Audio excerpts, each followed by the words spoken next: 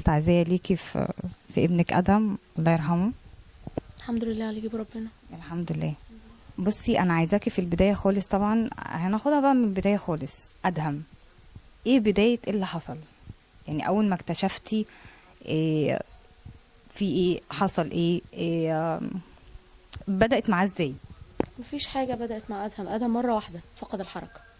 الصبح كان في المدرسه وسط اصحابه ووقع مره واحده فقد الحركه تماما، بس كان يعني لغايه نص اليوم كده الموضوع بدا على ساعات، من اول النهار لغايه يعني الليل. هو لغايه اما راح المدرسه ورجع البيت ولا هو في المدرسه؟ لا، من اول ما نزل من البيت الصبح كانت ايده ابتدى يبقى فيها تنميل بسيط، على مدار اليوم بقى لغايه اخر اليوم فقد الحركه تماما. بعد ما رجع ايه اللي حصل؟ بعد ما رجع من المدرسه اخدت وديته لدكتور عندي. الدكتور قال لي مبادئ حمى روماتيزميه. عملنا تحاليل، والمفروض ان كنا هنعمل اشعه الصبح، طبعا احنا ما قدرناش نصبر يعني لغايه. عياده خاصه صح؟ عياده خاصه عندي في شبرا. وبعد كده ادهم لما فقد الحركه الصبح الدكتور قال لي على الساعه 8 9 كده ان هو هيجي له البيت ويشوفه ويديله حقن تانية، وبعد كده نعمل اشعه مقطعيه على المخ ونشوف الدنيا فيها ايه. ما لحقناش طبعا نعمل كل ده، الولد فقد الحركه تماما. طلعنا بيه على المستشفى، اتصلنا بعربيه اسعاف طلعتنا على مستشفى بالريش الياباني. دخلنا اول ما دخلتي دخلنا على الطوارئ. حجزونا فيها، قعدنا فيها فتره طويله قبل ما دكتور فضي يبص ويكشف على ادهم. ده كان التوقيت بتاعه امتى؟ العصر او 4 العصر لغايه 9 مساء. ما كنتش اعرف ابني عنده ايه. من 3 العصر ل 9 بالليل وانتم ما حدش لسه عارف اي حاجه؟ في قوانين طبعا للمستشفى قبل ما يكشفوا على الولد ويعملوا ان هو خلاص الولد ده هيتحجز، لازم يتبرعوا له بكيس دم. لازم تبرع بكيس دم، لازم من غير اي حاجه هو كده. دي قوانين المستشفى، طالما الولد ده هيتحجز في المستشفى قبل ما يعرفوا عنده ايه ولا اي حاجه لازم تبرع بكيس دم. فطبعا عقبال ما يتبرع حد من معانا ويروح ويعمل يعرفوا الولد عنده ايه. ما عرفناش الولد عنده ايه لغايه الساعه 9 بالليل. لغايه الساعه 9 بالليل مفيش دكتور استشاري، كلهم دكاتره صغيرين في السن اللي هي دكاتره امتياز. طلبه امتياز.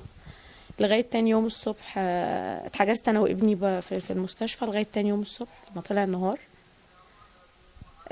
طبعا مريت بقى بتفاصيل كتير في الفتره دي بقى، يعني لغايه ما يطلع النهار الولد كان تعبان، نفسه بيروح، مفيش حد بيلحق. والله ادهم مش مكتوب له دواء، مش مكتوب له على اي حاجه، طب الحقوا اي حد يجي يشوفه، مفيش حد والله.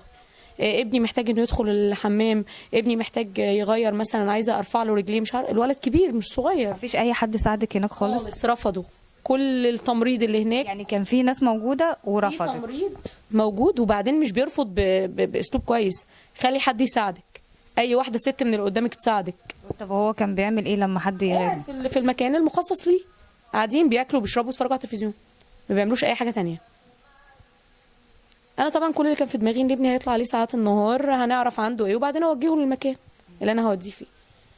طلعت ساعات النهار كان ابني بقى المرض بتاعه اللي هو الجليان باريه ده والشلل الرخوي كان بيصيب كل عضلات الجسم. قعد بقى يصيب بعضلات الايد، الرجل، البلعوم، عضله البلعوم، عضله الفك، صابت كل عضلات الجسم لغايه ما وصلت لعضلات الرئه. الكلام ده طبعا ما اكيد لان من الساعه 3 لغايه تاني يوم الصبح. ايام يعني قعدت في ساعات من قبلها 3 العصر لغايه تاني يوم الصبح.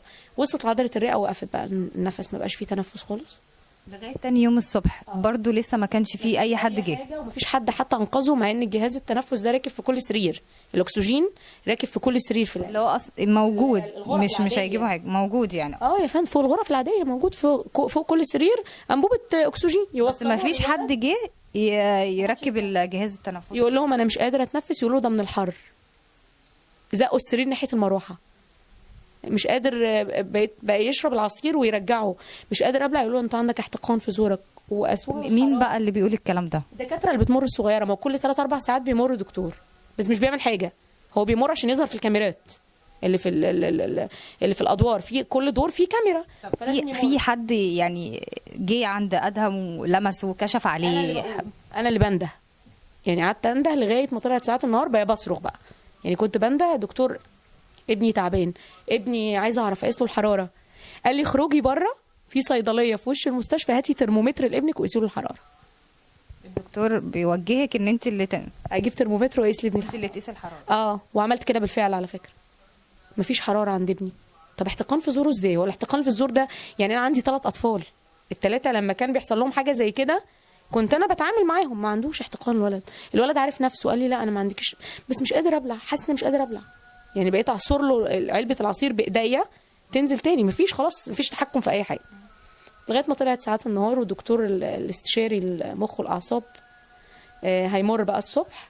ابني كان محجوز في غرفه 7 والدكتور كان في غرفه 1. ابني قطع النفس تماما بقى. رحت للدكتور عشان اندهه، دكتوره هي سيده اسمها أمنية عفيفي، دكتورة استشاري المخ والأعصاب، ليا بقى مشوار معاها طويل في الآخر، ودت ابني الله يرحمه في سكة تانية خالص. جت أمنية عفيفي دي، رحت لها قالت لي ابنك فين، في أنهي غرفة؟ قلت لها ابني في أوضة. طب بعد ما اكشف على دول هاجي لك. قلت لها بقول لحضرتك ابني قاطع النفس. قالت لي وانا مش هقدر اسيب الحالات دول وبعدين اجي لك. يعني هي لازم تعدي بالارقام لغايه اما توصل بقى الرقم 7. مش مهم ان كل غرفه فيها 6 سراير، قبل ما توصل لابني يكون ابني مات تماما. قلت لها طب تمام، انا هسحب السرير واخرج بابني خالص من الاوضه. وفعلا عملت كده، طلعت اجري. طبعا ما لقوني بجري جامد وبسحب السرير، جم ورايا كلهم، خافوا طبعا فجروا وراك. جم ورايا كلهم ودخلوا الاوضه، كشفوا على الولد. اول ما كشفوا عليه قالوا لي لا ده لازم يطلع فورا عنايه مركزه. طب انتوا كنتوا مستنيين ايه طول الليل؟ يعني لو ابني كان انقذوه من الاول ما كانش حصل ده كل التفاصيل الطويله اللي حصلت معايا. سحبوا الولد وطلعوه على العنايه المركزه. قلت لهم لا انا همشيه. لا، تعاملوا بقى معايا معامله سيئه جدا يعني. لا، خرجوها بره، دي ما تقعدش، روحوا سحبيني على بره. طلعت مع ابني على فوق وهو ماما انا خايف ما تسيبنيش، ماما انا خايف ما تسيبنيش. قلت له ما تخافش يا ادم انا معاك. طلعنا على العنايه المركزه. حاجه قبل ما يعني معلش، اول ما دخل العنايه المركزه كانت حالته عامله ازاي؟ كان بيتكلم، بيسمع، المخ كله سليم، بس هو بس اللي هو الحركه فقد الحركه بس، هو ده اللي فقد. ماما ما تسيبنيش، ماما ما تسيبنيش. طلعت معاه في الاسانسير لغايه فوق، دخلوه العنايه المركزه. مفيش 3 دقايق لقيتهم مدين لي هدومه. ايه ده، في ايه؟ يعني اول مره امر بحاله زي دي. وبعدين ادهم عاش معايا ال 12 سنه ما كانش بيعاني من اي مرض، فيعني ما اشتكاش من اي حاجه خالص. عمره ما اشتكى من حاجه. كان بيجي له شويه برد بياخد اي دواء في البيت وبيقعد، اللي هو زي الاطفال الطبيعي، زي بقيه الاطفال عادي. لا عندي طفلين تانيين والله يعني اي دور برد ما بيستحملوش واوديهم للدكتور. ده الوحيد اللي ما كانش كان بيقاوم ويقدر. ما بحبش الدكتور، انا ما بحبش اروح لعياده الدكتور الحمد لله. في بدايه بقى ما انت دخلتيه الرعايه، دخلتي معاه ولا طبعا خرجوكي بقى بره؟ لا طبعا ما قدرتش اشوف ابني غير بعدها. يعني هم دخلوه العنايه كان حوالي الساعه 9 10 الصبح، ما شفتش ابني غير الساعه 3 او 4. يعني ده ميعاد الزياره، المفروض ان الزياره رسميه في العنايه المركزه من الساعه 2 ل 5، بس طبعا ده مش بنمشي بالقوانين دي. يعني احنا من 2 ل 5 دي المفروض ان يبقى ليكي زياره 10 دقائق ربع ساعه على حسب ما هم يعني يسمحوا لنا بده. طب من الساعه 9 الصبح لحد الساعه 2 انا قاعده قدام باب العنايه بره. ما فيش اي حد خرج قال لك اي حاجه؟ لا، خرجت لي الدكتوره اللي كانت معاه وقالت لي يعني سالتني بقى ابنك ايه اللي حصل له. قلت لها مفيش حاجه، ابني كان الصبح في المدرسه. استغربت يعني، قالت لي موضوع الجليان بري ده بيجي بالتدريج وما بيجيش كده، يعني جه الادهم فجاه. قلت لها جه فجاه، والله جه فجاه مره واحده ابني وقع وما اعرفش كان فيه ايه. قالت لي طب تمام، ده اسمه شلل رخوي، المسمى بتاعه شلل رخوي. انا طبعا سمعت كلمه شلل رخوي دي صدمت طبعا، شلل مره واحده، شلل. بس راحت قالت لي لا ده شلل مؤقت وان شاء الله بيخفوا منه، وادتني امل في الحياه جميل يعني. قالت لي بنمر بكده بكورس علاج وهيقوم منه بالسلامه يعني. طب تمام. طب لغايه دلوقتي تمام. بعد كده في العنايه طبعا سمحوا لنا بقى ان احنا ندخل نزوره. دخلت لقيت ابني جهاز تنفس في بقه، تيوبه في بقه، وركبوا له جهاز تشفيط يشفط له البلاغم اللي على صدره. شفت منظر اول مره اشوفه في حياتي يعني. تقريبا كان اول مره ادخل عنايه مركزه. ايه بقى اللي انت شفتيه اللي انت خلاكي تستغربي ان انت اول مره في حياتك تدخلي عنايه مركزه؟ 6 سراير عنايه في العنايه المركزه، 6 سراير اطفال. كان ابني اول اكبر طفل فيهم. الاول كانوا مدخلين له في غرفه الاول بتاعه اطفال اللي هم اللي في حضانات، الاوضه اللي فيها الحضانات. هو ادهم عنده كام سنه؟ 12 سنه و14 يوم. يوم ما توفى 12 سنه و14 يوم. 6 سراير، مفيش فواصل ما بينهم، مفيش ستاير، مفيش يعني ما بين كل طفل وطفل، يعني ممكن يكون طفل داخل بفيروس يصيب اللي جنبه عادي، مفيش مشكله. مفيش اجهزه فلتره في العنايه تفلتر البكتيريا اللي في الجو اللي في العنايه. طبعا كل ده ما كنتش اعرف، انا اول مره ادخل عنايه مركزه، دخلت عنايه على ابني على طول، ما بصيتش حواليا. كل ده عرفته في خلال ال4 شهور اللي انا قعدته.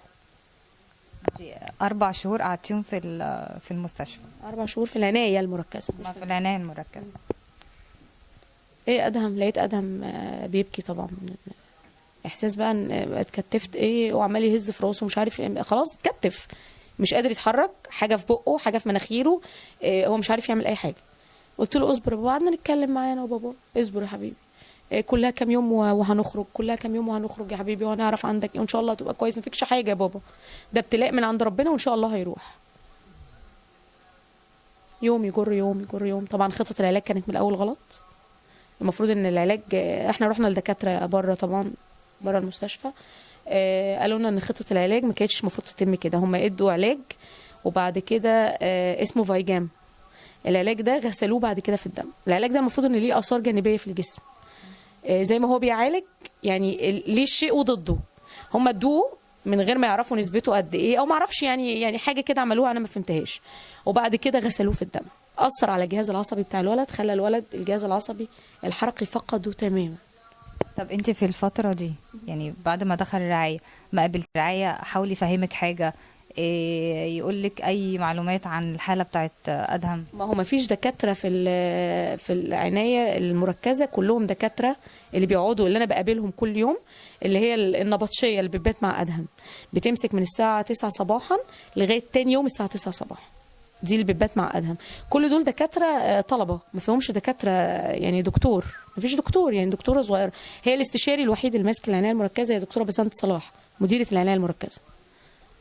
وعرفت بعد كده منها هي شخصيا، هي ماسكه العنايه المركزه بتاعه مستشفى 57، دي المسؤوله عن اطفالنا الموجودين جوه العنايه. دي بقى يعني انا ما عرفتهاش في الاول، يعني عرفتها بعد اول اسبوع ابني كان فيها، ما كنتش اعرف مين دكتوره بسنت. كل الناس بقى يعني اللي عيالهم محجوزه جوه في العنايه، في استشاريين بييجوا يمروا الصبح على الاولاد، احنا مش من حقنا ان احنا نتكلم معاهم. يعني في دكاتره بتيجي، دكاتره كبار ليهم اسمهم على فكره، دي حقيقه. يعني انا بقول الحق والله، مش بكذب في اي كلمه بقولها. في دكاتره كبار دخلوا شافوا اولادنا، بس احنا مش من حقنا نتكلم معاهم. برضو ما عرفتش اتعامل مع الدكاتره دول غير في خلال ال4 شهور او في خلال اخر شهرين ابني اتحجز فيهم. في الاول مش من حقي ان انا اتكلم معاه. دي مش من حقك؟ مش من حقي انا، من حقي ان انا اتكلم مع دكتوره بسنت، بس هي اللي مختصه، قالت لي اي حاجه انا المسؤوله عنها. طب هو مين بيقول كده؟ بناء على ايه؟ هي اللي بتقول كده، الدكتوره بسنت هي اللي بتقول مش من حق اي حد انه مسؤوله عن اي حاجه. ما تساليش اي حد عن اي حاجه، اساليني انا المسؤوله عن اي حاجه. عرفت الدكاتره دول وبقيت اعرف مواعيدهم ايه وباجي لهم، ومفيش دكتور بيقول نفس الكلام الدكتور التاني. يعني كل واحد بيقول حالة شكل، كل واحد بيقول حاجة تانية. بس أنا بقى كنت بتعامل في الأول، يعني في الأيام الأخيرة بقى اللي بقيت أفهم سياستهم. في الأول كنت بتعامل غلط، أسمع من دكتور فلان وأقول له الدكتور اللي قبل حضرتك قال كذا، يقول لي ما هو كلامه صح، بيوافق على أي كلام. هو كلامه صح. في الأيام الأخيرة بقى اللي بقيت أسمع من كل واحد لوحده، يعني اخد من ده واخد من ده واخد من ده، وما اديش لحد معلومه. انا كان ليا دكاترتي بره، يعني دكتوره دكاتره بره، هو ابني كان نايم على السرير بس هناك، وانا ليا الدكاتره بتاعتي بره بتعامل معاهم. الدكتوره الوحيده للاسف انا صدقتها لاخر لحظه، لغايه اليوم اللي ابني مات فيه، هي دكتوره بسنت صلاح، صدقتها. وهي عندها ايه بقى اللي قالته خلاكي صدقتي؟ كل الدكاتره اللي رحت لهم انا، حتى الفايل بتاع ابني نفسه، الفايل بتاع ادهم وديته لدكتور مخ واعصاب في امريكا. كل الدكاتره اجمعت ان ابني مش هيقوم، ان ابني حتى لو قام هياخد سنين عشان يقوم. الدكتوره الوحيده اللي قالت لي ابنك هيقوم هي دكتوره بسنت صلاح. اديتك امل، الحمد لله. أمل. دي حقيقه، وليها الفضل في ده على فكره، ما نكرتوش. قلت لها دكتوره بسنت ابني مش هيقوم، قالت لي لا هيقوم بس مش هيقوم دلوقتي، اصبري. صبرت معاه وابني قام، برغم ان خطه العلاج كانت غلط، بس قام ابني. قام، ما قامش وقف على رجله، ما مسكش حاجه بايده، بس قام تعافى، يعني تعافى عن الاول بكتير. كان فايق بس برضو لسه الاعصاب مرخيه. ايوه كان في، هو فايق اصلا من يوم ما دخل. ادم ما كانش عنده مشكله في مخه، كان فايق وبيتكلم وبيسمع وبيقول وبياكل وبيشرب. بعد ما فصلنا منه جهاز التنفس كان مركب التيوبه في بقه. بعد ما مر 40 يوم قالوا لي ما ينفعش، وانا اللي قلت لها، هي ما قالتليش، انا اللي قلت لها جهاز التنفس ليه مخاطر على الطفل. حتى بصت لي وضحكت، قالت لي هو انت دكتوره؟ قلت لها لا، بس قريت ان جهاز التنفس ليه مخاطر على الولد. طب في حاجه اسمها شق حنجري، انا اللي قلت لها. قالت لي بس انا مش عايزه الجا لها دلوقتي، انا بلجا لها بعدين. كان في متابعه بينك وبين اللي هي دكتوره بسنت؟ صح. دكتوره بسنت يوميا كان في كلام ما بيني وما بينها، لدرجه ان هي ابتدت تزهق مني ان انا بزن عليها وبتكلم معاها يوم بعد يوم. ابني كان مخنوق خلاص بقى، يعني ولد كبير وفجاه فقد الحركه. يعني ليه حياه، يعني ولد ليه حياه على الدنيا، وليه ليه تفاصيل في حياته بيعملها. مره واحده راح فقد الحركه، فمش قادر، هو متكتف مش قادر، حالته النفسيه كانت سيئه جدا. وجبنا له دكتور نفساني، يعني في دكتور نفساني فعلا دخل لادم عشان يعالجه نفسيا. قالت لي ادم هيقوم، نصبر بس كده وندعيله وان شاء الله هيقوم. وفعلا ادهم ايه، عملنا عمليه شق حنجري، بس واحنا بنعمل عمليه شق الحنجري ما عرفتش مخاطرها ايه. طب انا عايزه اعرف بقى، في الفتره دي مفيش اشاعات اتعملت، تحاليل، اي حاجه؟ في اشاعات، وكل حاجه اتعملت لابني كنت بصورها. في اشعه اتعملت لادهم اول يوم دخل فيه المستشفى، اشعه مقطعيه على المخ عشان يعرفوا المخ فيه حاجه ولا لا. المخ سليم 100%، ومعايا الاشعه دي وهوريها لحضرتك. اول اشاعه اتعملت ما كانش فيها اي حاجه خالص خالص. وعملوا اشعه بعدها تاني بحوالي 15 يوم، معايا برضو متواجده معايا، عشان ادهم كان بيشتكي من صداع، عشان ما كانش بينام، كان على طول خايف، يعني خايف انه يغمض عينه فالناس دي تضره في حاجه. هو مجرد الوجع دوت كصداع قلة نوم مش اكتر. فهي قالت لي هنعمل اشعه. قلت لها طب ليه؟ قالت لي نطمن عليه، ايه المشكله؟ عملنا اشعه مقطعيه على المخ، قالت لي ما فيهاش حاجه، وصورت الاشعه برضه ومحتفظه بيها معايا، موجوده معايا. تمام كده، بدايه مش اشاعه وما كانش في اي حاجه. المرحله اللي بعد كده كل التحاليل اللي عملتها لابني كنا بنعمل بقى مزارع. طبعا ادهم في ال40 يوم لغايه ما عمل الشق الحنجري، في ال40 يوم دول كذا ميكروب دخل جسمه، ميكروبات من العنايه. السبب بقى؟ السبب ايه السبب يا دكتوره بسنت؟ قالت لي احنا قاعدين في عنايه. طب احنا مش المفروض قاعدين في عنايه معقمه؟ يعني المفروض ان العنايه، انا ببص لها وبضحك، دكتوره بسنت احنا في عنايه، يعني المفروض المسمى لوحده كفايه. قالت لي لا طبعا، العنايه مكان لازم تنقلي منه بكتيريا وفيروسات تدخل جسمك. ازاي؟ معلش احنا عايزين نفهم، يعني يمكن احنا ما نعرفش يعني ايه عنايه. ما انا زي ما قلت لحضرتك في الاول، ما فيش فواصل ما بين السراير. هو ده السبب اللي يخلي في حاجه تانية؟ في حاجه تانية، هم مش بيهتموا بالنظافه كويس قوي. يعني لما يبقى حد مصاب مثلا بفيروس في الدم، بتعامل معاه واجي اتعامل مع اللي جنبه ايه، بتعامل مع يعني في المفروض وانا داخل عنايه مركزه بلبس لبس مخصص للعنايه المركزه، بلبس حاجه اسمها اوفر شوز في رجلي، بلبس جاون. المفروض ان الحاجات دي بعد ما تستعمل اخرج بتترمي في المخزن، ارميها في الباسكت. لا، الحاجات دي بتتعلق في مكان ليها ورا الباب، ورا باب بتعاد استعمالها مره تانية، بتتعلق وبتتلبس. لا، وغير انه يتعدى استعمالها، يا ريت بلبسها انا بلبس تاني بلبسها. انا بلبس مكان فلان او علان. الناس بقى دي هل مريضه مش مريضه هم ما لهمش فيه. المهم ان انت تمشي بالقوانين. طب انت بتمشي بالقوانين دي؟ الممرضين اللي جوه هل هم بيمشوا بالقوانين دي؟ لا، ما بيمشوش بيها. يعني الممرضه تطلع هي لابسه اليونيفورم بتاعها المخصص بشغلها، بتخرج تدخل التواليت وترجع تاني تدخل العنايه. طب انت مش بتعملي زي دي؟ هي معقمه تلقائيا، بتدخل العنايه معقمه تلقائيا وتدخل على ابني عادي. احنا عايزين بس معلش قبل ما ندخل في موضوع تاني، لو في عايزين نعرف ايه تاني اللي انت شفتيه جوه، يعني لفت انتباهك، حسيتي ان هو غير طبيعي؟ ما هو ده يعني اهم حاجه لفت انتباهي هي النظافه دي، والميكروبات اللي عماله تتنقل من ده لده لده لده. استخدام التليفون، وفي مرضى جوه غير قبل ابني ما يصاب بحاجه في المخ، ولاد مصابين بمشاكل في المخ والتليفونات بيتكلموا جنبهم بالتليفونات. يعني المفروض ان في جهاز رسم المخ ده ما يبقاش فيه جنبه ذبذبات، تليفون جنبه بيتكلموا عادي جنبه. ودكتوره بسنت نفسها كانت بتتكلم في التليفون، مديرة الرعاية نفسها كانت بتتكلم في التليفون جوه، مديرة الرعاية نفسها بتتكلم في التليفون جوه العناية. ممرضة عندها برد وجاية عادي شغلها، هي مش هتاخد اجازة عشان اكيد محتاجة الاجازة لوقت تاني. تفاصيل كتير قوي قوي قوي. احنا يهمنا ان احنا نعرف التفاصيل دي. في ناس عندها صرع، في واحدة اسمها دعاء عندها صرع. دي تمريض؟ دي تمريض، عندها صرع، وقعت مرتين جوه العناية. كان من ضمنهم ابني كان تعبان بعد ما حصل فيه المخ بسببهم، لقيتها واقعة في الأرض وصوته. انت متخيلة الباب ما بين العناية وما بين ان انت تخش اوضه العنايه مسافه. قلبي وقف، ببص على الاطفال كلهم، لقيت في الاخر خالص ان الممرضه واقعه في الارض وكلهم حواليها وكانت مراتي معاها. في ايه؟ قالوا لا ده عندها صرع. في واحده داده تاني غلبانه ربنا يشفيها يا رب، عندها فيروس سي. عمليه النظافه عندها فيروس سي. فيروس سي. عندهم بيجيبوا حاجات التعقيم اللي هي معقمه، اللي هي الشاشات والحاجات اللي هي زي دي معقمه، بيقصوها النص بايديهم عادي. عند الحمام الرجالي في الدور السادس مستشفى بويش الياباني، بيقصوها ويحطوها في كيس ويدوها بقى للداده اللي عندها فيروس سي تغلفها تألف على الارض قدام الحمامات. قدام الناس. والحاجات دي احنا مصورينها.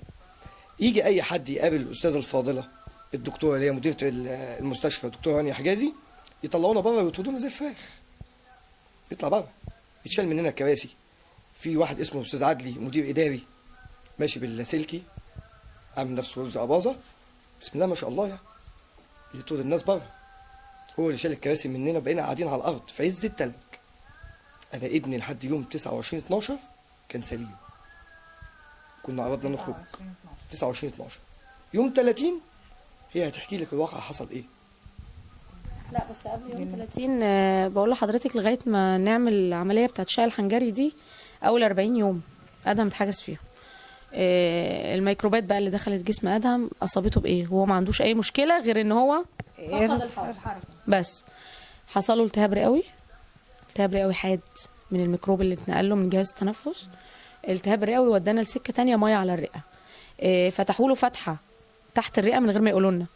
الولد لما تاخدوا علم بحاجه قبل ما حد يعمل لا لا لا لا لا، ما حدش قال لي اي حاجه. الولد اللي قال لي ماما في حاجه متركبه لي هنا، انا مش عارف ايه. فبرفع الملايه لقيت فتحه في خرطوم نازل بيها بدرنقه تحت جنب السرير كده. ايه ده؟ فبسال الدكتوره اللي قالت لي دي ميه على الرئه، واحنا ما تخافيش ما تقلقيش، ده ان شاء الله شويه ميه صغيرين وهيروحوا لحالهم. انا طبعا زي اي ام في العالم ابنها محجوز في عنايه مركزه وما بتباتش معاه، وفي ناس بتبات معاه، فبخاف اعمل اي مشكله. الناس دي بتبات مع ابني، فالمفروض ان انا اتعامل معاهم بحرص شديد. خوف ان هو ممكن حد يأذيه وانت مش موجود. ده الخوف، واول مره يعني انا ما كنتش اعرف حاجه زي كده يعني. فاي حد بيتعامل مع ابني بتعامل معاه بحرص شديد جدا وبهدوء وطبطب عليهم واتحايل عليهم. يعني انا كنت بوصل لمرحله صعبه. الولد كان في ناس بتشتمه في العنايه واتضرب. التمريض بيشتم وبيضرب. في واحد اسمه اسلام، هو اكتر واحد بيعرف يشغل الاجهزه اللي هي بتاعت التنفس دي. ادم كان بيعمل لي كده، ما تتعاملش معاه، وحكى لي قال لي ده ضربني وشتمني. طب انتوا ما كنتوش بترجعوا لمديرة الرعاية تحكوا لها اي حاجة من الكلام ده خالص؟ رجعنا، هتعمل ايه؟ ما فيش اي موقف اخدته خالص؟ اذا كان حضرتك معلش يعني مديرة المستشفى نزلت لها عشان اقابلها في خلال ال4 شهور ما شفتهاش بتلف في دور. يعني دي المديرة، اللي تحت منهم بقى يبقوا ايه؟ يعني انت خليكي مكاني. اكيد عندك حق، يعني اللي مسؤولة نفسها كده نفسها مش موجودة، عاملة بيات شتو وقاعدة في مكتبها.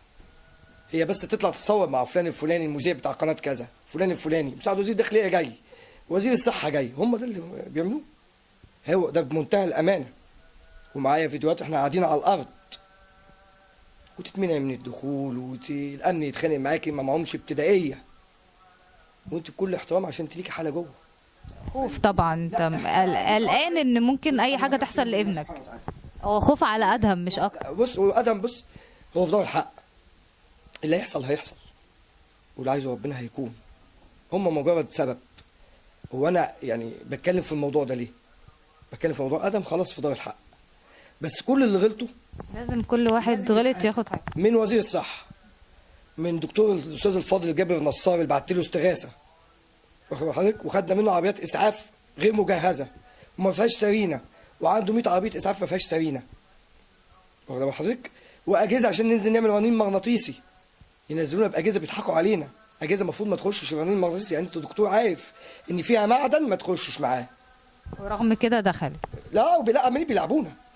عارفه الناس بتجرب فيكي، يقول لك ده هيعمل عمليه في المخ، اصل المخ بتاعه عنده الضغط بتاع المخ زياده. يجي دكتور فاضل لا داعي لذكر اسمه عشان ما يتاذيش، يقول لي طب هم عرفوا ازاي ان ضغط المخ ده بيتعرف جوه اوضه العمليه؟ يعني هم عرفوا ان ضغط المخ عالي من غير ما يعملوا اي اشاعات ولا اي حاجه؟ لا بالتنجيم. واخد بال حضرتك؟ بص يا استاذ عفري، انا قلتها قبل كده والله، صدقيني، روح لاي دكتور اطفال بطفلك، خش اكشفي، هيكتب لك ادويه ويوريك ان هو علامه وان هو فاهم الدنيا ماشيه ازاي، ويديك الروشته. طبقي الروشته دي كويس قوي ودخليه مع بابا بعد نص ساعه، هو نفس الطفل هيكتب دواء تاني، هيكتب دواء تاني خالص، وهيشخص دواء تشخيص. ليه؟ لسبب.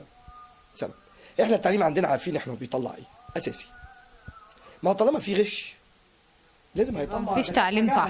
لازم هيطلع دكاتره جهله. واخد بال حضرتك؟ واحد عايز يطلع ويبقى دكتور وخلاص، بيفهم بقى في الطب ما بيفهمش في الطب، المهم انا بقيت دكتور وخلاص، عافيه بقيت دكتور. تمام؟ هموت مين مش هموت مين، لا، ما انا عندي رقابه هتدافع عني، ما انا عندي وزير صحه هيدافع عني. الكلام ده ما بيفرقش معاهم. لا، حمايه. انا عملت استغاثه لمجلس الوزراء محدش رد عليا، عملت استغاثه لوزير الدفاع وتوجهته كأب نلحق ابني، ارجوكوا عايزين نلحقه، مفيش فايده. عملت استغاثه لكل اللي بيعملوا بروباجندا في الميديا، كلهم بلا استثناء، كلهم. شوف يعني ايه كلهم؟ على الموبايل انا عامل، على الواتس بعت لهم، جبت ارقام تليفوناتهم، كلمت الدنيا، رحت مستشفى رمل العسكري بواسطه عشان اعرض الحاله. لازم هم يوافقوا يبقى يدوها لنا عشان حاله ابنك خطر. طب مين اللي وصل للخطر ده لابني؟ واحد داخل بجيليان باريه، شلل رخم، تموتوه انتوا بقى بالمخ، تنقصوا الاكسجين فيه نتيجه تمريض مهمل. مديرة الرعايه قلت لها انت اللي مسؤوله قبل ما يحصل لابني اي حاجه، قالت لي انا مستعده لاي مساءله قانونيه. قلت له حضرتك انا مش بقول لك عشان مساءله، انت بتتعاملي في ارواح اطفال، ارجوكي يعني اللي بتحطيه يكون على قد المسؤوليه. حضرتك انا ابني اتضرب جوه العنايه واتشتم، واخده بال حضرتك؟ ابني شايف كل حاجه، فصلوا مخه عشان ما يشوفش اي حاجه. طبعا ادهم يعني زي ما انت عرفنا منك ان هو كان شاطر وواعي وفاهم كل حاجه. طب يعني تقدر تقول لنا ايه الحاجات اللي هو قالها لك شايفها مهمه ان احنا نعرفها؟ اما اروح لابني كل يوم الساعه 12 1 2 في العنايه الاقيه نايم، فبساله يا ادهم في ايه؟ هو انت بتسهر قدام التلفزيون كتير؟ قال لي لا يا بابا انا مش مديهم الامان، بنام مغمض عيني، اول ما بيطفوا النور بنام مغمض عيني مفتح عيني اشوفهم بيعملوا ايه. بابا انا بشوف حاجات كتيره وحشه يا بابا. ايه هي بقى الحاجات الكتير الوحشه؟ الناس اللي بتموت، الاطفال اللي بتموت بيتصوروا معاها سيلفي. الاطفال اللي بتموت بيصوروا معاها سيلفي؟ بيموت بيشيلوه، اطفال صغيره سن صغير. هو ادهم كان اكبر حاله في الرعايه صح؟ هو ولد تاني اسمه محمد، ربنا نجده، الحمد لله ان ربنا نجده. الحمد لله. هما الاثنين دول اللي كانوا بيتشتموا يسمعوا شتيمه ويسمعوا قله الادب اللي بتحصل ما بين التمريض وبعضه، حتى مش هقول بحكم ان هم سنهم كبير فاهمين انت بتقولي ايه، واخده بال حضرتك؟ دي حاجه من ضمن الحاجات. بيشوف الاطفال اللي بتموت يوميا، انت متخيله ان انت قاعده في مكان كله رعب، كله موت، كل يوم بتموت حاله. راجعوا كشوفات المستشفى وشوفوا كم حاله ماتت من يوم 10/10 لحد ما ابني طلع 6/2. اعرفوا ان العنايه المركزه دي اللي موجوده عامله تارجت حلو قوي مع ملك الموت، بجد بكلم حضرتك بمنتهى الامان. اما تبقى مستشفى فيها اكتر من 6 اسانسير، يقع اسانسير منهم ب 12 ولي امر، يقع ولا حد في الميديا يكتب حاجه ولا يعلن حاجه، وكتيمي ياخدوا ال 12 اللي وقعوا بالكسور والكلام ده كله ينقلوهم على مستشفى الفرنساوي ومحدش يتحاسب، ويوم ما يحبوا يحاسبوا هيحاسبوا عامل الاسانسير. ده ليه؟ عشان ما فيش حد بيتحاسب وما فيش رقابه. لا، اسرق، اقتل، انهب، تاجر في مخدرات، في اعضاء بشر، اعمل اللي انت عايزه. لو طلق القانون يبقى انت كده بتاعي، ما طلقش القانون انت كده راجل شريف. ده القانون اللي احنا عايشين بيه. ليه؟ لو وزير الصحه والرقابه الاداريه بتفتش على المستشفيات دي مش كان يبقى في الكلام ده، ما كانش ولا ادم ولا ادهم ولا اسامي ناس كتيره كانت حصل فيها الاهمال اللي ادى الى وفاه. انت بتقول لنا حضرتك ان انت بقالك 100 يوم صح؟ ما شفتش فيه غير مره واحده بس؟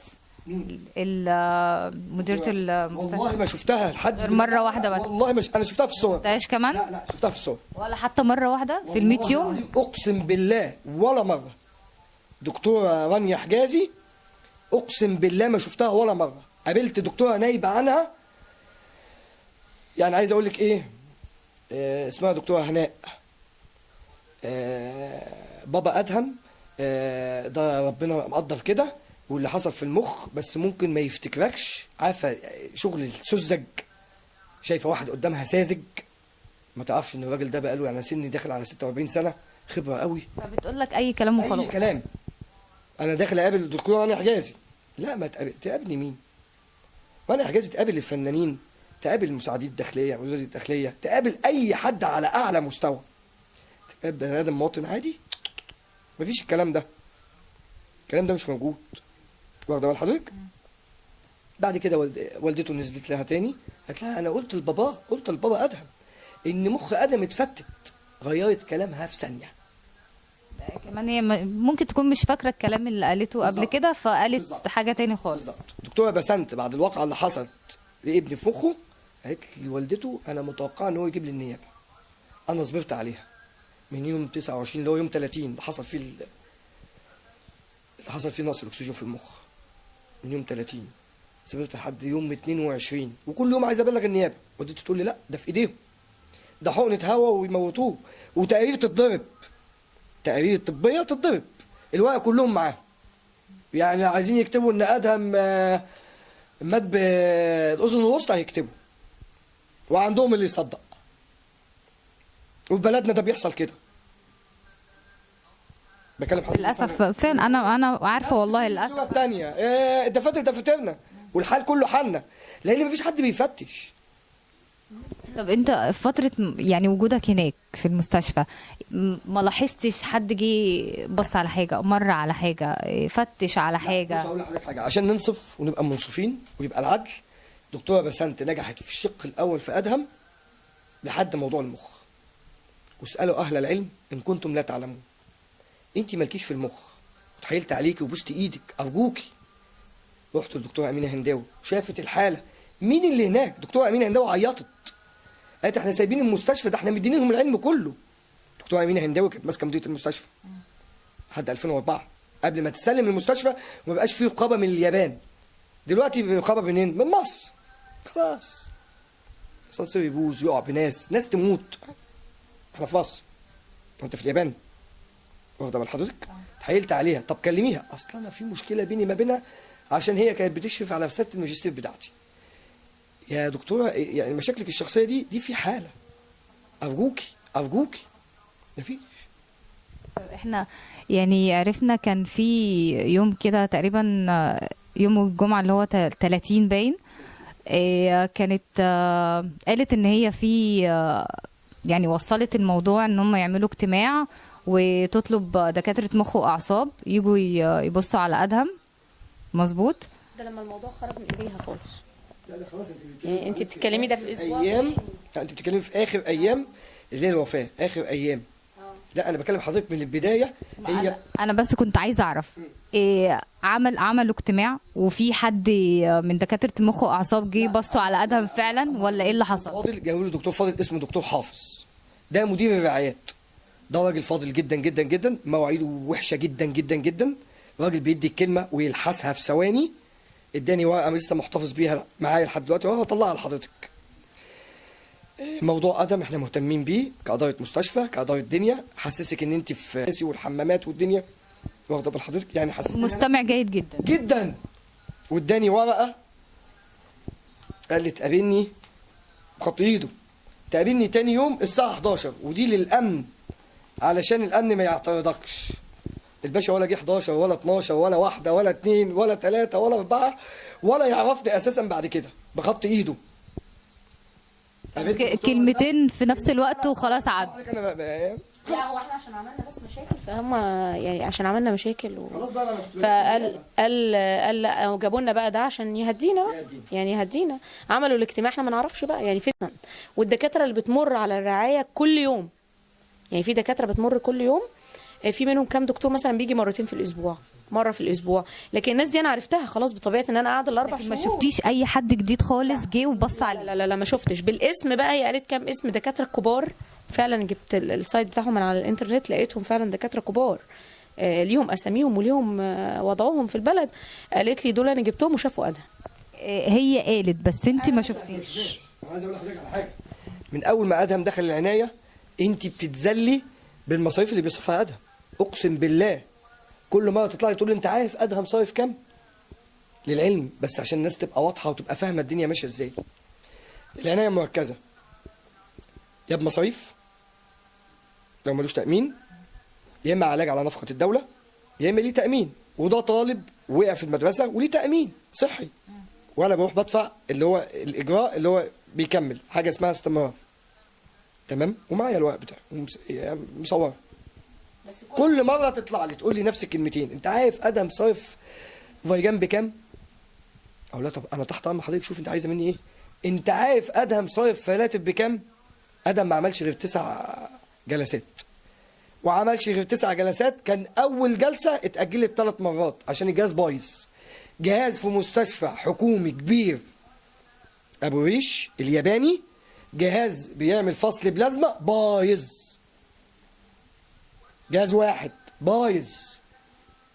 بعد كده مفيش غير 9 فلاتر. طب وبعدين مفيش فلاتر، نعمل لك ايه؟ اما ابتدى يموت لقوا فلاتر. اما جينا نعمل رنين مغناطيسي لازم يخش بجهاز ما يبقاش فيه اي معدن، فتحوا الكراتين بعد كده بعد ما عملنا والليله. طب انتوا عايزين ايه؟ انتوا مستنيين ايه؟ انتوا ليه بتعملوا كده؟ طلبت مني ادويه تعجيزيه، والله تعجيزيه، هي نفسها مش عارفه تجيبها. جبتها من اكتوبر، جبتها من حدائق الاهرام، جبتها من مصر الجديده، من اسكندريه، من السويس عند اخويا، جبتها من كل حته، من البحر الاحمر، جبتها من كل حته. وتقول لي انت ايه مصدرك؟ ايه مصدرك من الادويه؟ بخصوص الادويه بقى، عايزين نعرف مرحله الادويه مع ادهم يعني مشيت ازاي؟ بص حضرتك اقول لحضرتك على حاجه، في ادويه بتبقى موجوده عندهم. يعني جه في مره من المرات كده طلبوا مني البومين. البومين ده المفروض بيعمل بروتين للكبد او حاجه زي كده، احنا اتعلمنا على فكره معاهم، اتعلمنا بس انتوا دكاتره معاهم. اكتشفت بقى حاجه، الطب في مصر كتاب.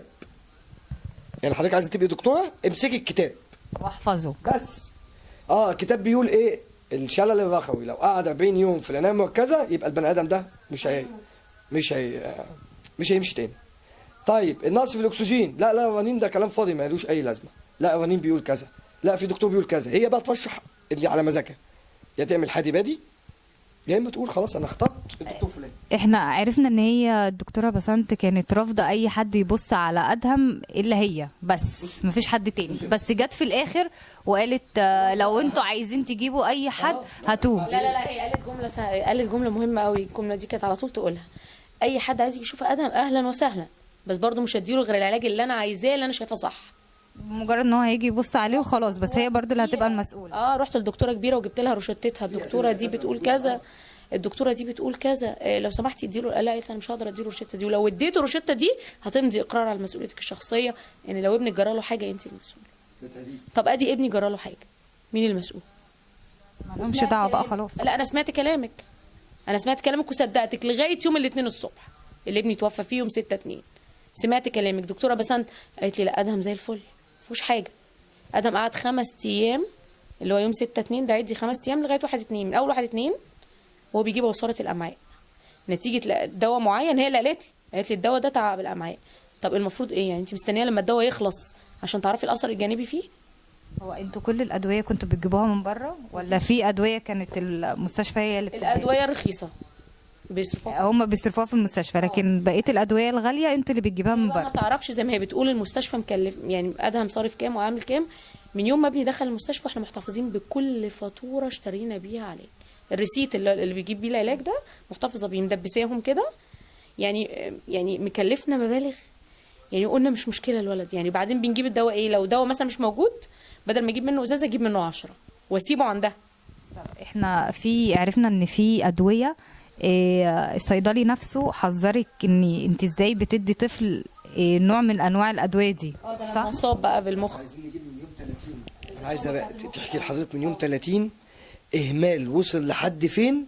وصل طفل كان ممكن يكون بيلعب معانا دلوقتي، واخد بال حضرتك، او ممكن يكون في مدرسته او بياخد الدرس بتاعه، هو دلوقتي بقى عند ربنا، واخد بال حضرتك. تحكي لك من يوم 30 لان الواقعه دي انا كنت بجهز له السندوتش له ما دقوش. سندوتش طالبه من مطعم معين ما دقوش. هي تحكي لك يوم 30 حصل. ايه اللي حصل يوم 30؟ هو ادهم المفروض اصلا يوم قبل يوم 30 انا قعدت مع دكتوره بسنت انا ووالده، وقلت لها ادهم خلاص بقى يعني ابتدى يتعافى بقى خلاص يعني. قالت لي احنا عايزين نتكلم في خطه خروج. ايه خطه الخروج يا دكتوره بسنت؟ لو في امكانيه ان احنا نشتري جهاز تنفس، لو في امكانيه نشتري جهاز تشفيط. قلت لها فيه، هنعمل كده تمام. المفروض طبعا قبل كل ده كانت قالت لي ايه اللي هيحصل يعني. قالت لي كل ده بعد ما ادهم غاب عن الوعي. المفروض ان عمليه الشلل الحنجري اللي ادهم بيعملها دي ليها مخاطر، انا ما كنتش اعرف المخاطر بتاعتها. ان التيوبه بتاعت التنفس اللي مركبها ادهم دي الشلل الحنجري ممكن تتفصل في اي لحظه. ما قالتليش ده يعني. ابني دخل يعمل عمليه وانا ما اعرفش ان ممكن دي تتفصل. يعني كل حاجه كانوا بيعملوها لادهم ما كنتيش انت تعرفي بيها اي حاجه غير بعد ما بتتعمل؟ لا انا دخلت عملت عمليه دخل عمل عمليه الشلل الحنجري وانا معاه. اللي هي بتاعت مضينا الاقرار وهو داخل يعمل عمليه، بس ما قالتليش ايه المخاطر بتاعت العمليه. يا دكتوره بسنت ليها مخاطر؟ قالت لي لا لا لا. بس قابلنا الدكتوره بتاعت مديره مستشفى المنيره، دكتوره فاضله وكبيره محترمه بتلف. قابلناها في الاسانسير، دي مديره المستشفى المنيره اللي هي قدام مستشفى بوريش. قابلتنا في الاسانسير، ماله في ايه؟ قلنا لها ده عنده كذا كذا. قالت لا لا لا هيخف، لا ما تقلقش. انتوا رايحين تعملوا ايه؟ هو عندنا هنا؟ قلنا لها لا ده في اليابان. انتوا هتعملوا ايه؟ قلنا لها هنعمل شقه حنجري. ان شاء الله هيبقى زي الفل تمام. ده اللي حصل، واخد بحضرتك؟ ولازم تمضي اقرار قبل العمليه. مضيناه ومشينا، وتقول لحضرتك بقى يوم 30 حصل. التعامل مع التيوبه بتاعت الشلل الحنجري دي لازم تتعاملي معاها بحرص شديد عشان ما يتفصلوش عن بعض. يعني حاجتين كده بيركبوا في بعض، بلاستيكتين بيركبوا في بعض جوه القصبه الهوائيه عشان تدخل الهواء. يوم 30 ده المفروض ان ادهم يعني جاي الصبح عشان افطره ويفطر، وبعد كده بيقعد معايا على كرسي متحرك جبتهوله جوه العنايه. بخرجه بره يعني ياكل ويقعد مع اخواته عشان ممنوع كان اخواته يدخلوا له العنايه. يقعد معاهم بره ويقضي يومه يعني، وبعدين برجعه.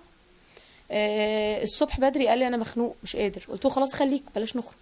راح قال لي لا مش قادر يا ماما، يعني انا مش قادر وعايز اخرج اشوف اخواتي.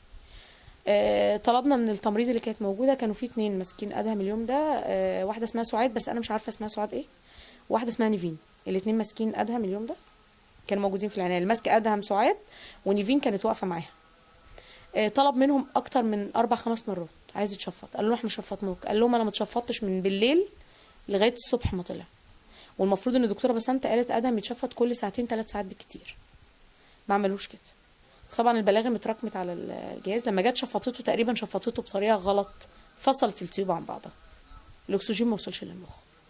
عملت تشنجات عملت ميه على المخ اصاب بتلف. طبعا احنا ما عرفناش ده غير بعد يعني قبل ادهم ما يموت بيومين او 3. كل ده وهي بتقول لي ادهم هيفوق وهيبقى كويس وزي الفل. يعني كل ده انت ما تعرفوش في وقتها، عرفتيه بعدين؟ ما عرفتوش في الاخر هي خالص. رفضت تعمل رنين. يعني الاشعه المقطعيه بينت ان في ميه على المخ، هتنشف الميه دي بدواء. طب ابني ليه نايم لغايه دلوقتي؟ بس طبعا هم كانوا بينيموه بمخدرات. كان في هي الادويه اللي بيبعتوك تجيبوها من بره؟ لا انا جبتها مره واحده بس، ما كنتش اعرف يعني. انا ما كنتش اعرف يعني. هي اول ما عرفت ان انا فهمت ايه مخاطرها بطلت تخليني اجيبها. الادويه دي مخدرات، مخدر اسمه دورميكم. طلبته بعد تاني اسبوع من اصابه ادهم ده هقول لك بقى قصته ايه. اللي هو ده، دول 110 حقنه اخدهم ابني في يوم واحد. 110 حقنه في يوم واحد بس؟ اللي عرفته من الصيدلي اللي اشتريت منه، صيدليه طبعا مش صيدليه عاديه، صيدليه في مستشفى. ما اشتريتوش من ده، ما بيتباعش في صيدليات عاديه. ما ينفعش انه يتباع كده عادي. كل ده طبعا ده حد من التمريض اللي اداني ده، وانا ما اعرفش مين هو، بس انا بشكره، انا بجد بشكره. انا لقيت الحاجه دي في حاجه ابني بعد ما سلموها لي بعد ما توفى. اداني الشنطه فيها حاجات ابني، متعلقات ابني الشخصيه، ولقيت ده جواه. وده مخدر عام بتاع عمليات، انا مش عارفه هو اداهوني ليه، ومش عارفه ابني كان بياخده ليه قبل ما يموت. ده المفروض كل دوت كان في شنطه ادهم. شنطه ادهم، والمفروض ان الحاجه دي انا ما اخدهاش. انت بتاخدي حاجته هو بس، الحاجات دي انا ما جبتهاش. يعني انا ما اعرفش ليه ابني كان بياخد مخدر عمليات. المفروض ان ابني خدروه اول 3 ايام بس عشان يوقفوا التشنجات، بعد كده ما كانش عنده تشنجات. طب انت ليه كنت بتديله كده؟ يعني ليه بتديله ده؟ ان ياخد طفل سنه 12 سنه الكميه دي. ايوه، ما انا بتكلم في كده. ما هو انت بتتكلم فعلا في طفل عنده 12 سنه، مش حد كبير. المصيبه الاكبر ان هي كدكتوره مش صيدليه، كدكتوره عارفه الاثار الجانبيه بتاعت الدواء دي. ورغم كده كان بياخدها وبالكميات دي. هي بتقول لي اهم حاجه ان انا اعالج المرض، مش اهم حاجه مش والطفل. الاثر الجانبي. يعني انا دلوقتي لازم اوقف تشنجات، اوقفها ازاي؟ لازم اوقفها بده. هو الولد اللي مات والمرض فضل، المرض اللي في العقول، في عقول البشر، المرض اللي فضل، صدقيني والله بجد. يعني هو الولد مات لكن العقول لسه عايشه، العقول اللي زي دي اللي بتعمل ده، هو ده. ممكن ده يحصل مع غيره، يعني ممكن ده يقول لك ده بتاع الاطفال كلها. يوم ما جم بعد ما حصل موضوع المخ والكلام ده كله شفطوا غلط ونفخوا بطنه، وانا شفت على ابني تشنجات وقلت لمراتي لا ده كده هو في غيبوبه. تعرف ايه اللي حصل خلاه يدخل في غيبوبة؟ طيب هقول لحضرتك على حاجه طبيعي بديهي. المخ بيتغذى على ايه او بيوصل له ايه؟ دم، اكسجين، صح ولا غلط؟ لا صح طبعا. اما نقص له الاكسجين هيحصل ايه؟ المخيم. هيحصل دموع. لا وبعدين انا ما كانوش بيوقفوا منه دواء المخدرات. ما انا بقول لها يعني ابني اخد ال 110 دول، قبلها كان بياخد المخدر ده اللي هو السايبونتيل ده مخدر عام عمليات اسمه سايبونتيل. اخدوا اول 3 ايام عشان يوقفوا التشنجات، وقفت التشنجات. طب ليه مستمر في دواء المخدرات؟ طب ما هو هيفضل طول عمره نايم، ما انت بتخدري الجسم، هيفوق ازاي الولد ويكلمك؟ قالت لي لا ده احنا لازم نمشي عليه 6 شهور مش اقل. 6 شهور؟ في الفتره دي بقى طلبت مني حاجه مهمه جدا، منشط. انا مش عارفه هو متواجد معايا منشط للمخ. ده جبته من بره مصر على فكره. الدواء ده اسمه سيربولايسين، ده مش متواجد، انا جبته من بره مصر. الدواء ده منشط للمخ. المفروض منشط المخ ما يتاخدش مع ادويه التشنجات. الولد اخد الاثنين مع بعض، تعارضوا مع بعض، زودوا اللي هو دواء عكس دواء. الاثنين مشيوا مع بعض، وهي ما كانتش تعرف. هي سمعت كلام الدكتوره الاستشاري الكبير اللي عندهم رئيس قسم المخ والاعصاب دكتوره امنيه عفيفي، قالت ندي ده مع ده. الاثنين مع بعض تعارضوا، زودوا الميه اللي على المخ زياده، فالولد ما قامش خالص. بدات الغيبوبه بقى يعني على طول. يعني هو دي يمكن بداية الغيبوبة، بداية أعراض الغيبوبة. فضلت على طول بقى مستمره. يعني أدهم قعد قد إيه في الغيبوبة؟ 39 يوم، مات اليوم ال 40. 39 يوم وهو في غيبوبة. 40 يوم. في ال 40 يوم احنا طبعا لفينا في كل حته، حاولنا ننقله بكل الطرق وهي ترفض. ترفضي ليه يا دكتوره بسنت؟ انا اللي هعالج ادهم هيتعالج عندي. ادهم بيفوق، سيبيه، اصبري، انت مش صبرتي قبل كده؟ وطبعا انا صدقتها للاسف. في حاجه ان هم كانوا بينكروا ان هي غيبوبه اصلا، بينكروا الموضوع ده. يعني اول ما حصلت الواقعه بتاعت يوم الجمعه 30/12 هم انكروا انه دي غيبوبه. لا ده هم اللي مخدرينه، ده هو اللي عامل كده. وهي تسال دكتوره بسنت طب هو هيفوق امتى؟ قالت لا احنا عملنا كل حاجه وهو هيفوق، اصل ادم ما يفاجئنا. خد عند حضرتك طفل اسمه شوقي، دكتوره بتعمل له منظار، فتحت المريء وبكل بجاحه وصفاقه بتتخانق مع اهل المريض، والطفل ده موجود في المستشفى. واخد بال حضرتك؟ لسه موجود في المستشفى لغاية دلوقتي؟ مستشفى عيني مش قادر. طفل سنه 4 سنين. اول لما شفته والله العظيم صعب عليا، ووالده بقى صاحبي، جاي اديله علبه عصير. قالت لا، مطلعين له المريء بتاعه بره. مين يحاسب الدكتوره دي؟ مين يحاسب الاثنين التمريض اللي هي نيفين وسعاد ان هو نقص الاكسجين في مخ ابني؟ وقفتهم عن العمل عشان انا عملت فيهم بلاغ في النيابه. احنا عرف انتوا كنتوا بتقولوا ان في ان الرعايه فيها 6 اطفال مسؤول عنهم 2 تمريض بس وواحده دكتوره كانت. لا هو يعني على حسب مين المتواجد يعني. الجمعه بالذات يعني. عايز اقول لحضرتك على حاجه، اما تبقى دكتوره مديره رعايه مسؤوله عن 14 طفل، تاخد خميس وجمعه وسبت اجازه؟ 3 ايام اجازه في الاسبوع؟ خميس جمعه سبت. مين اللي طب 3 ايام دول مين بيبقى موجود في الرعايه؟ مش مهم عندها مين، هي في ناس حطاهم اللي هم عليهم اللي هم طلبه الامتياز. او دكتور عادي صغير في السن، يعني مش استشاري حاجه. ما فيش حد فيهم على فكره. دكتوره بسنت نفسها ما عندهاش تخصص في حاجه، يعني مش متخصصه في حاجه، هي دكتوره اطفال. هي قالت لي قبل ما ادهم الصبح بدري، قالت لي انا فاضل لي تكه صغيره واقوم انا بعمليه مخ، افتح مخ جراحه. هي تدخل عمليات وتفتح المخ. اقرار بفتح مخ ابني وخدوا القرار ومضوني الاقرار. العمليه هتتعمل الساعه كام؟ العمليه هتتعمل الساعه 4. احنا موجودين من الساعه 12 وانا مديت الاقرار. فضلنا لحد الساعه 9 بالليل. طيب هو بناء على ايه يعني اقروا ان العمليه دي تتعمل؟ لا هي تعليمات دكتوره بسنت. هي اللي قالت ان اخر حاجه لازم نعمل عمليه جراحيه. يخف الضغط على المخ. تمام. انتوا طالبين ان هو ده اللي هيفيد ابني؟ حاضر. عملت كده. ما اتعملتش. تاني يوم ايه يا دكتور؟ الساعه 5 بالدقيقه هنعملها. فضلنا تاني يوم طول اليوم لحد ما نزلت دكتور المخ والاعصاب اللي المفروض يعمل العمليه. قال لي مين قال لك ان انا هعمل عمليه؟ قلت له هم مضيني اقرار. قال لي لا. هو انا بشق بطيخه؟ مين عرفهم ان في ضغط على المخ اساسا؟ يعني حضرتك مضيت الاقرار، اتقال لك ان في عمليه ومضيت الاقرار، ورغم كده ما فيش اصلا كلام ان في عمليه هتتعمل. بصي يا استاذه فاضله، انا بدايه حياتي كنت شغال في مدينه ملاهي. ده احنا عندنا نظام في مدينه الملاهي عن النظام اللي موجود في المستشفى. يعني انت بتاخدي قرار ان انت تعملي عمليه في المخ وانت مش واخداه اساسا. والدكتور اللي هيعمل العمليه مش عارف ان هو يعمل عمليه. والراجل اقر مشكور ان هو عنده ضمير، قال لي ما اقدرش افتح دماغ ابنك. خلصنا من دي واتخانقت وخدت الاقرار بالعافيه، مش عايزين يديهولي. الاقرار معمول متصور على ورقه. نعمل في ادهم ايه تاني؟ نشق بطنه. ايه؟ بناء على ايه برضو نفتح انت بطنه؟ بتقول ان الامعاء اتسدت عند ادهم، فعشان كده الارتجاع اللي بيحصل عنده بين الماده او الافرازات بتاعه المعده او عصاره المعده عايزين نوقفها. فده في انسداد في الامعاء. دخلنا في مشكله تانية. توجهتها. عملنا سونار. جت دكتوره كبيره في مستشفى الريش، دكتوره كبيره بتاعه السونار، جت بالليل الساعه 7. عملت السونار، قلت لها مفيش انسداد. قلت لها مفيش انسداد. يعني هي كانت عايزه تشق بطن ابني تعمل استكشاف. بالله عليك يا وزير الصحه، بالله عليكم يا دكاتره يا افاضل، وانا عارف ان في دكاتره افاضل محترمين، اللي بيحصل في المستشفى ده حقيقي ولا تهريج؟ لا بجد والله بجد، ده حقيقي؟ يعني ده اللي انتوا بتتكلموا فيه ده حقيقي ولا تهريج؟ واخده بال حضرتك؟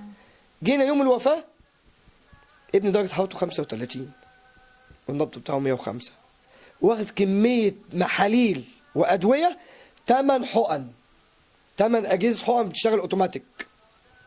ال8 كل واحده فيهم 500 مللي، يعني نص لتر. 8 في 5 ب4 لتر. اذا كان دم البني ادم كله على بعضه لا يتعدى 6 لتر. 6 لتر تديله انت 4 لتر محاليل؟ طب فين الدم؟ هو فين الدم؟ على فكره انا عايز اقول لحضرتك على حاجه، هو ادهم اترحم من ايديهم. والله ادهم اترحم من ايديهم. دي ناس بتتعلم. لا نراعي ربنا شويه، شويتين 3. والميديا بقى الناس اللي بيروحوا يصوروا، كل اللي راح صور في ابو ريش، انا مش ضد ان هم يتبرعوا لابو ريش، مستشفى كويسه وفيها دكاتره كويسه، بس لازم الاداره تبقى احسن من كده بكتير. لازم اداره الرعايه تبقى احسن من كده بكتير، يعني ناس مسؤوله عارفه ان هي هتتحاسب غير حساب ربنا. الناس بتوع التمريض يبقى عندهم ضمير. حط اكن ابنك ده لو اب عنده ولد واحد وحصل في اللي حصل فيه مع ابني، ممكن يعمل حاجات تانية كتير. انا ماشي قانوني، في قانون السماء بتاع ربنا سبحانه وتعالى.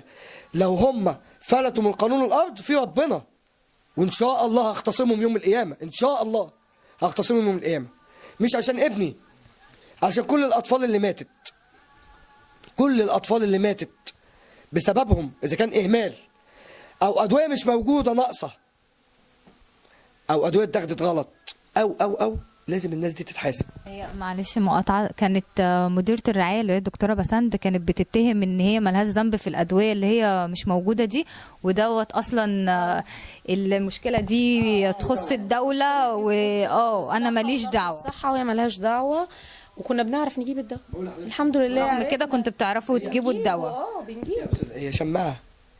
ده انا قصدي اقول ده اللي انا قصدي اقوله، ان هي كانت بتقول ان في مشكله في الدواء، ورغم كده الدواء كان بيجي. ده دواء مستورد، مفيش ولا كلمه عربي. ما ده اللي انا بتكلم فيه، ان المشكله ان هي بتقول انا ماليش دعوه في نقص في الادويه، ورغم كده كنت بتجيبوا الادويه. اقول لحضرتك على حاجه، الراي اللي هو بتاع الاكل اللي هو بيخش من الانف، طالبين مقاس معين. اللي هو مقاس 16. بالظبط يا فندم. بعتوا لي احنا مش لاقيين ده، ودخنا في الصيدله اللي جنبنا كلها، تصدقي بالله؟ لا اله الا الله. اقسم بالله العظيم صيدليه اسمها الشمس، انا اسف اني بعمل اعلان، اسمها الشمس قدام المستشفى. قال لي لو عايز منها كتير موجوده، عشان احرجهم بدل ما انتوا تجيبوني من شغلي عشان اجيب لكم راي ب 5 جنيه ب 6 جنيه. مش مبلغ بقى. جبت لهم 5 اهو، دليل ان هي موجوده. لا بص، عايز اقول لحضرتك على حاجه، المنظومه غلط، مفيش سيستم محطوط اساسا. اما انت تعين ناس امن ابتدائي يبقى انت راجل مش فاهم امنيا اصلا انت المفروض تعمل ايه. ادي واحده. اما يبقى عندك مدير اداري ما بيعملش حاجه، قاعد على الكرسي. ما بيعملش حاجه. اما يبقى انا عندي نواب بمديريه مستشفى ما بتشوفهمش غير ظهورات، لكن مديريه المستشفى دي زي القمر ما بتظهرش، يبقى في غلط. اما اسانسير يقع ب 12 واحد في نفس التوقيت اللي احنا كنا موجودين فيه، ويروحوا كلهم مستشفى الفرنساوي ب 12 واحد، ويحاسبوا عيني عامل الاسانسير، يبقى كده مفيش نظام. اما اروح اجيب ابني من الثلاجه يا بني ادمين، وتبقى لما مؤاخذه الميه بتاعت الصرف داخله على الثلاجه، يبقى في غلط، في حاجه غلط. اما تروحي تجيبي او تروحي تدفعي او تحطي في الخزنه ايصال تبرع، وبعض ايصالات تطلع كده من غير اختام، يبقى في حاجه غلط.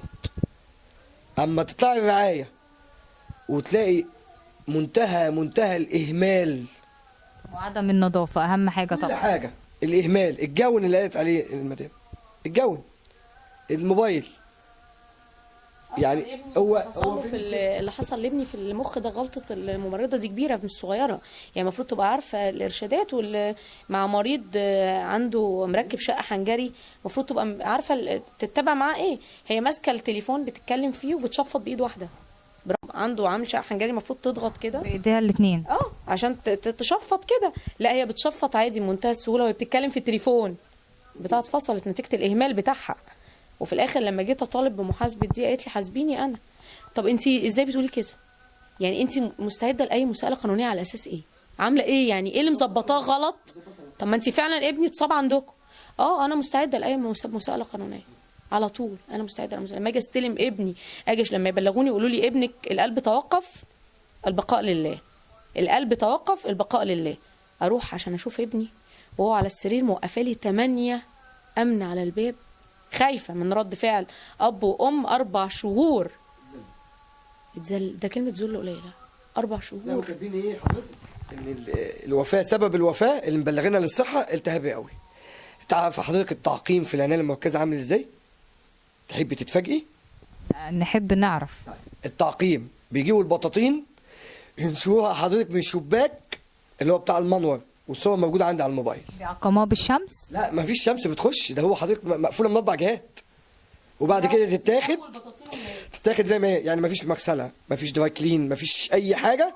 هم عندهم غسالتين اوتوماتيك، لا هم بياخدوا البطاطين يفرشوها. واوري حضرتك صوره واثنين وثلاثه، انا مصور اوريك ان المستشفى دي اللي واخده تبرعات بالملايين عندهم عربيتين اسعاف، واحده تويوتا هاي اس من غير ترخيص. هو في اسعاف ليه ترخيص؟ هو حد هيكلم حد في عربيه اسعاف؟ ما رضوش يطلعوها. والعربيه الثانيه عطلانه. هو كم جهاز عطلان؟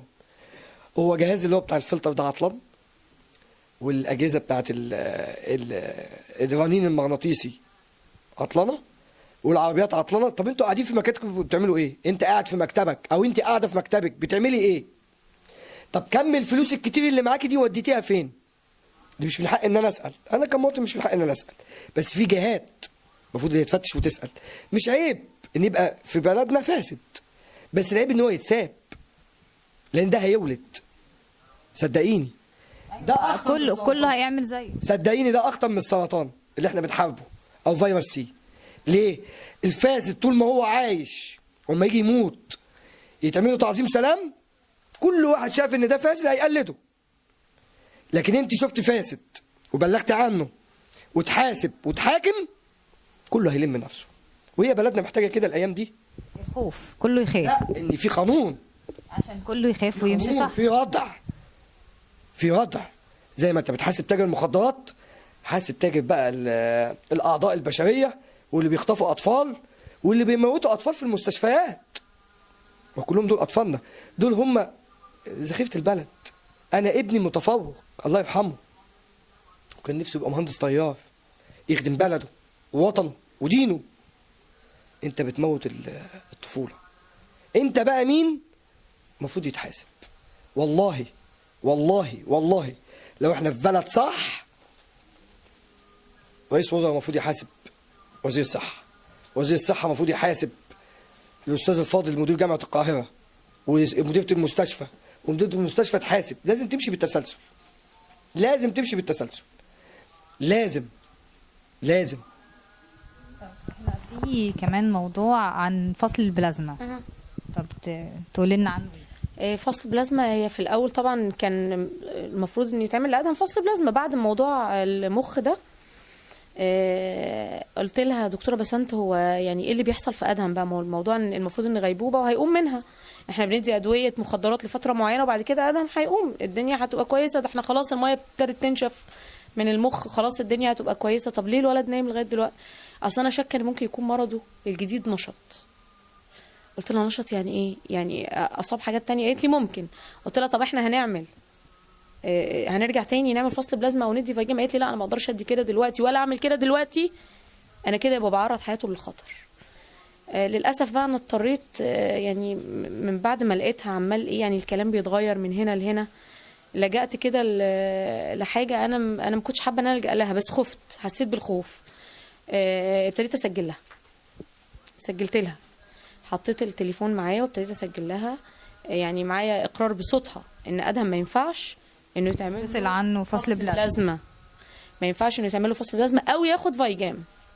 بعد كلامها ده بالظبط ب 48 ساعه عملت لابني الموضوع ده، وعملته يوم جمعه وهي اجازتها يوم الجمعه وبالليل.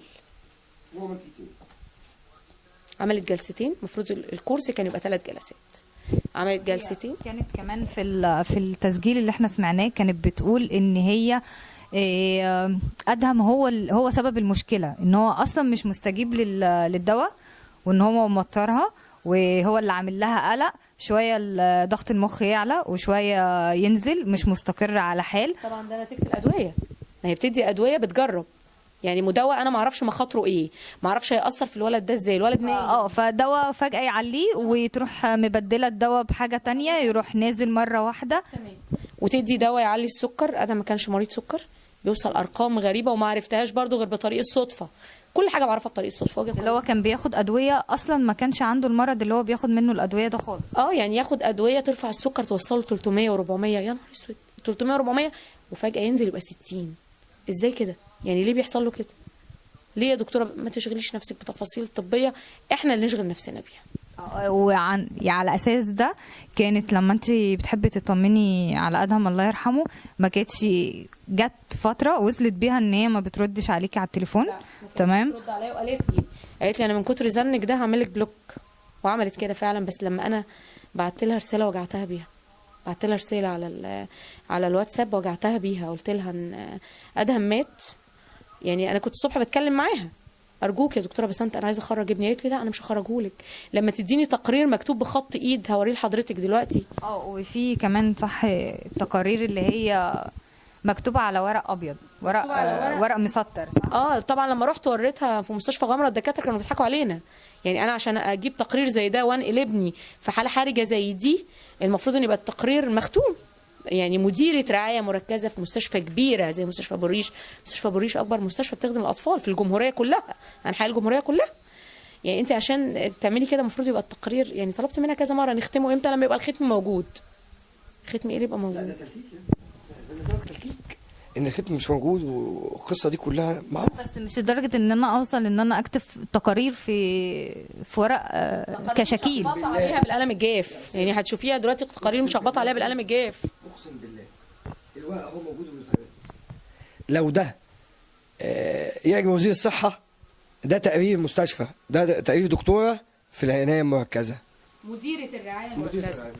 مديره وكمان الروجيتات بتاعت الادويه كانت بتكتبها في ورق.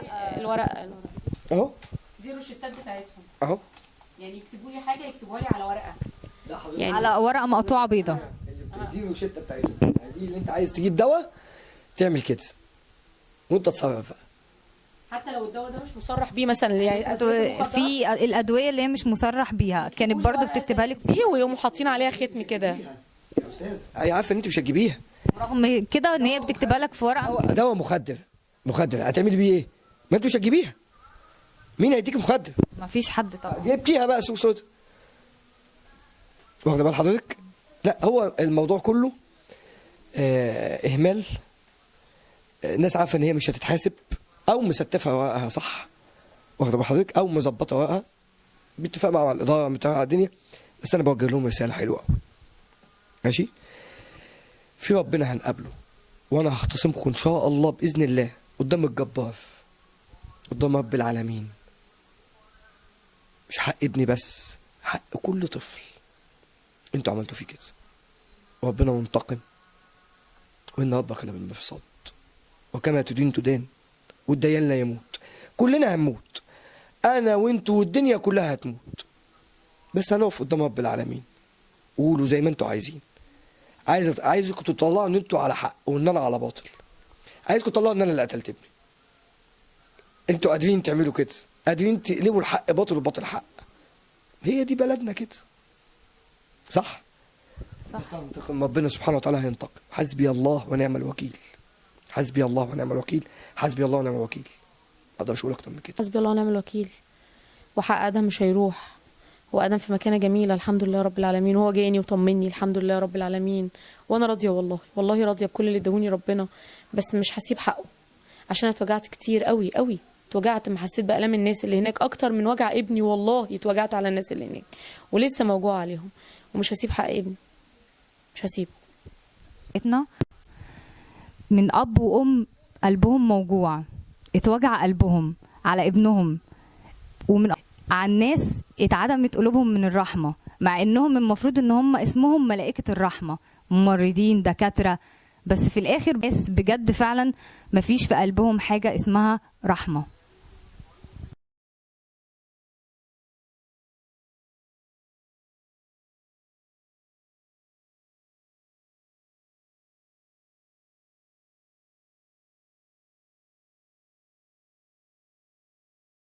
يلا